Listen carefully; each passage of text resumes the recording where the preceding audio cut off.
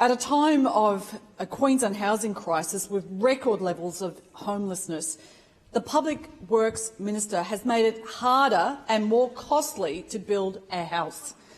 COVID has increased costs and building supply chain disruption, but Minister de Brenni has added to the pain by his fumbling of the adoption of mandatory new construction standards, disregarding industry and homeowner concerns, and his disregard for what is happening with the certification industry.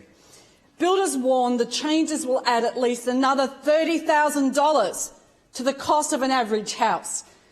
That is not small bickies, despite what the minister says. It's a substantial boost in cost. The principle of the new codes are laudable, but the execution is a failure and will cost more than they save and hurt more than they help.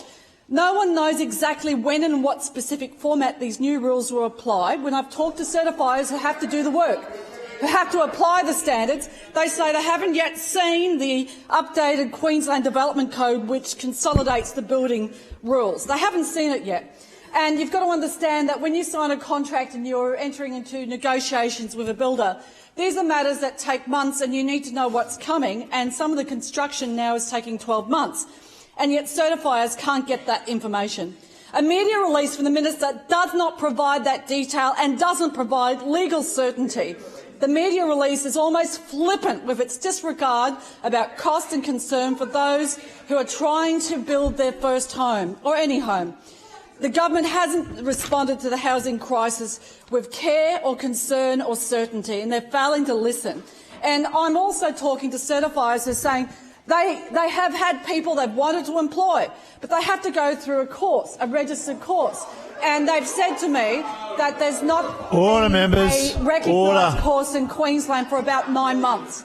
So even if they wanted to put these people through a course so they can be acknowledged and used as certifiers, that is a critical cog in the building industry pipeline of bringing on new homes, there is no course. I've written to the minister about this, and this is another example where we need leadership and action rather than the uncertainty in flippant media releases. Certifiers have been scathing about that lack of certainty in consultation with them, and the fact that there's been different dates that have been floated about when these new rules for the construction codes will be implemented.